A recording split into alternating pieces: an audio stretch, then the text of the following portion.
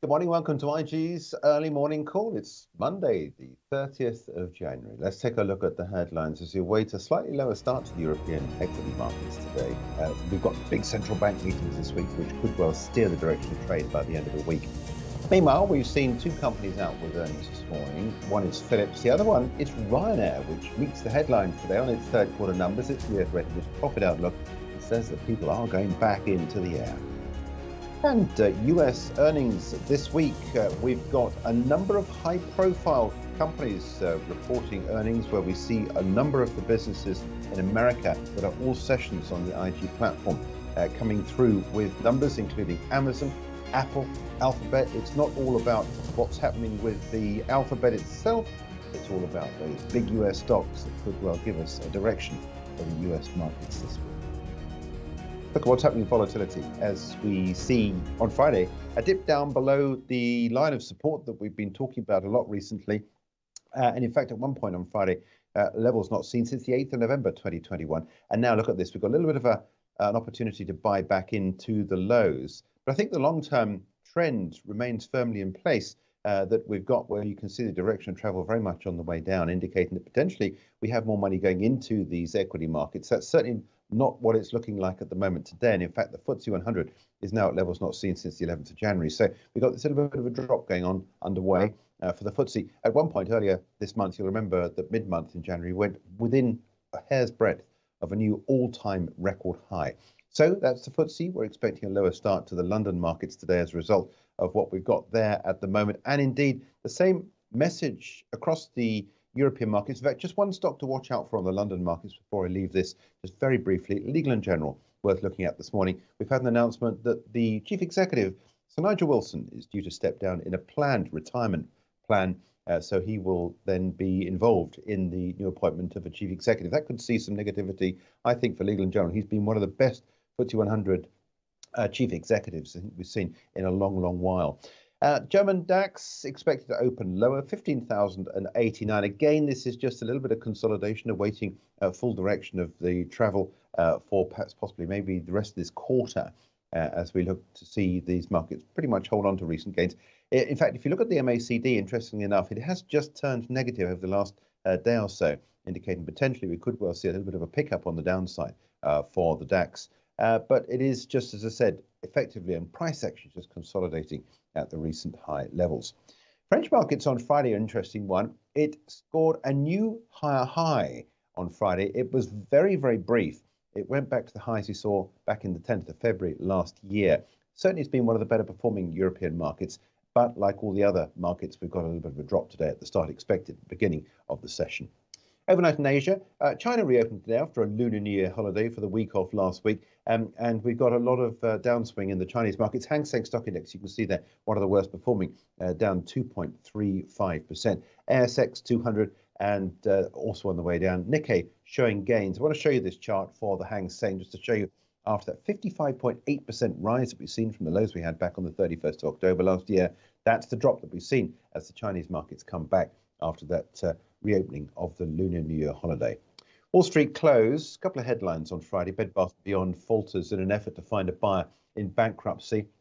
I won't show you that chart. It's not really worth looking at that because the company clearly has already been priced in with bankruptcy. Dow Industrials, S&P 500, NASDAQ all on the way up on Friday. Let me just show you what's happening in the early trade on the NASDAQ. We've got a drop on the session there today. On Friday, we saw an intraday trade within a very short distance of the highs that we saw back on the 13th of December. So effectively got a total retracement of this fib here, all the way up at 12,258. And then since has come that little bit of a drop. Just one stock I wanted to take a look at what happened on Friday. This was during the session on Friday. Big gains for Tesla. Elon Musk, according to a release on Friday, now faces an SEC probe for his role in the Tesla self-driving claims. It hasn't really affected markets on Friday. It was during the session on Friday. We ended up just shy of the high on Friday at levels there in Tesla not seen since the 12th of December at 177.61. It's a good day, broadly speaking, for techs on Friday. 9 o'clock this morning, we'll know the first estimate of German GDP. This is for the fourth quarter.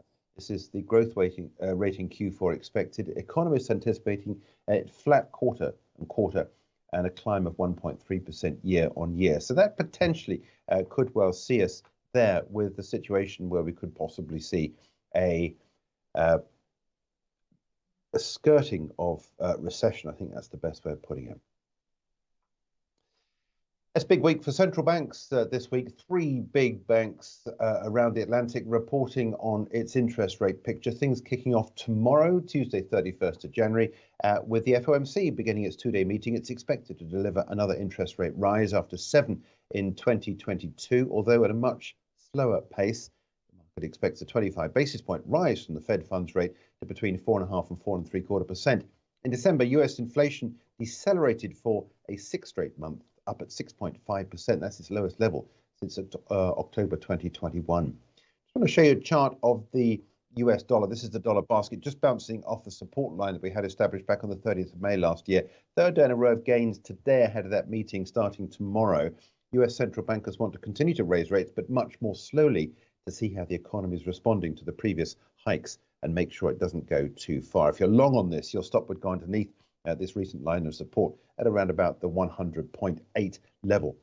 Then on Wednesday, the Bank of England starts its two-day rate meeting with inflation at 10.5% in December, higher than in the US and the Eurozone, with wages, excluding bonuses, rising at their fastest rate. Its records began back in 2001.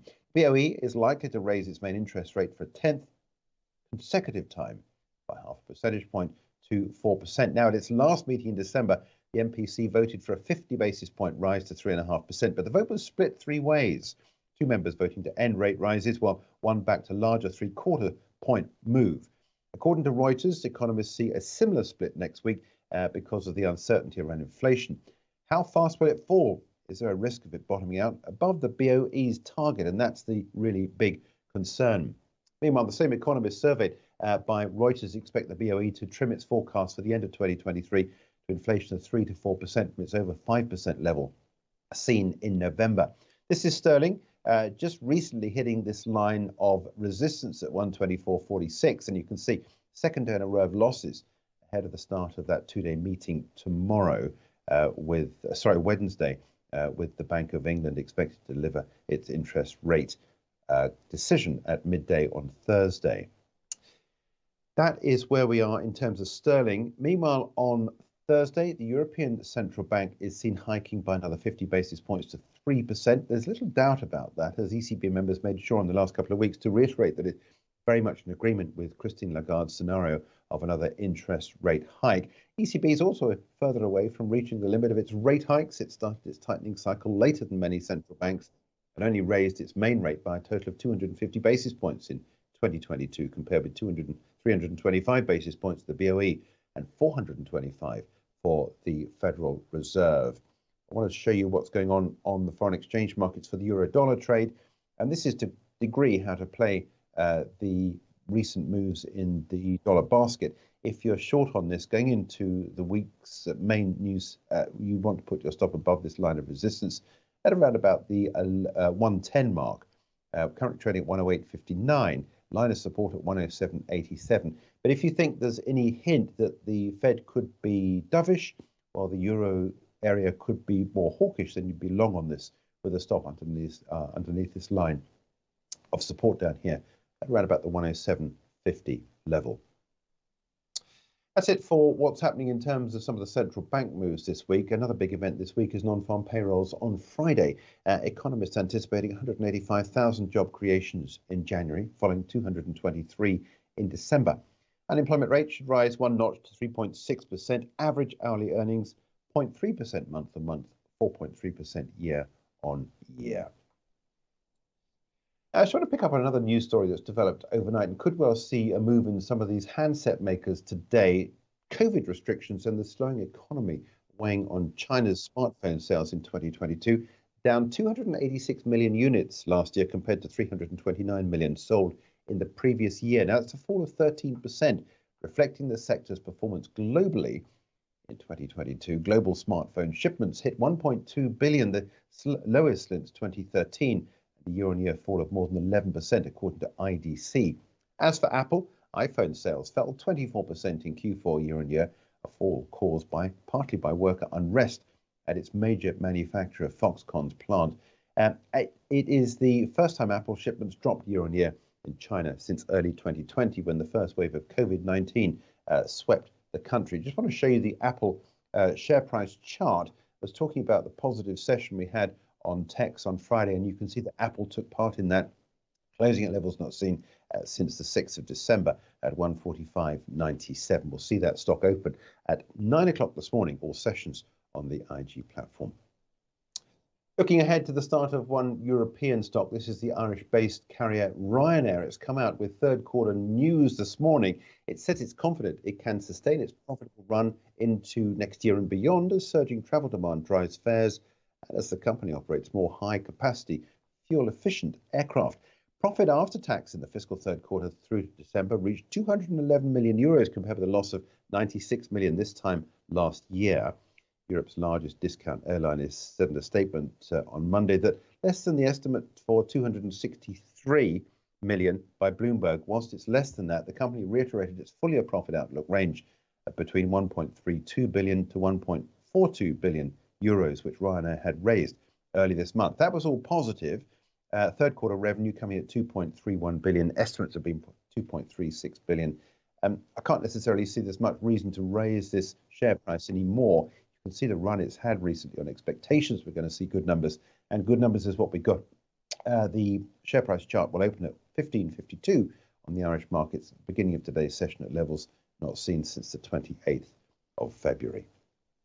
Meanwhile, Philips, the Dutch electronics company and healthcare business, has come through with some news headlines on its numbers, reporting fourth quarter adjusted EBITDA of 651 million euros compared to 647 million this time last year.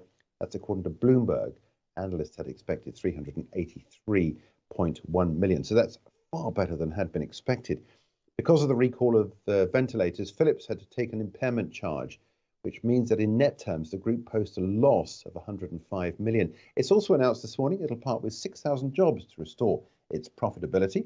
This follows the recall of those respiratory devices. Let me take a look at the share price chart.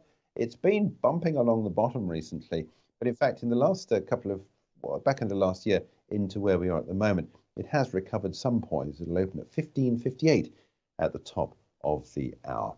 Let's stay on the charts. Just wanted to update you as well on what's happening at Renault. Been some good moves up on the automaker recently, and in fact, recently trading at levels not seen since the 6th of April in 2021. Renault and Nissan have found an agreement to restructure their two-decade-old alliance. Under the deal, which is still subject to board approvals, Renault will reduce its stake in Nissan to 15% from around 43%, transferring 28% stake in the Japanese car maker to a French trust. Renault would then instruct the trustee to sell those shares worth around $4.1 billion at current market values, if commercially reasonable for Renault. So it's a bit of a rider on that news this morning. As part of the deal, Nissan will reinvest in Renault's new battery electrical vehicle unit. Since the two car makers announced they were in negotiations to restructure their alliance in early October, shares in Renault have gained almost 25%. Nissan shares up just 3%. So you can see the Renault likely to be the main beneficiary of this deal. US earnings this week. Tomorrow we've got Pfizer, AMD, Caterpillar, ExxonMobil, McDonald's and General Motors.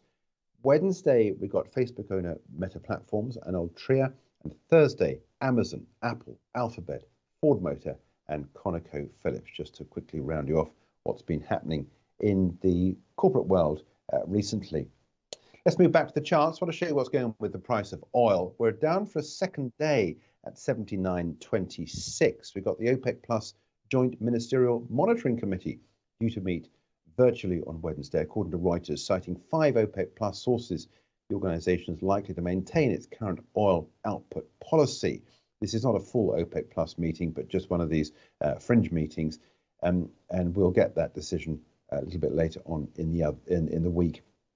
In other news, Baker Hughes' total rig count remained at 771 last week. Oil rigs in operation fell by 4 through to 609. Let's just quickly round off with a couple of other charts. Just wanted to leave you with what's going on the precious metals and base metals area.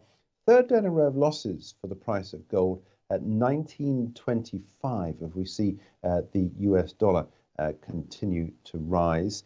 And copper, second day in a row of losses at 92.10. That's it. Watching out for the start of the day's trade in Phillips and Ryanair at the beginning of the session, and we'll watch out as well for Legal & General at the start of the day's session in the London markets. That's it as we take a look out for the week. We're dominated by those central bank meetings.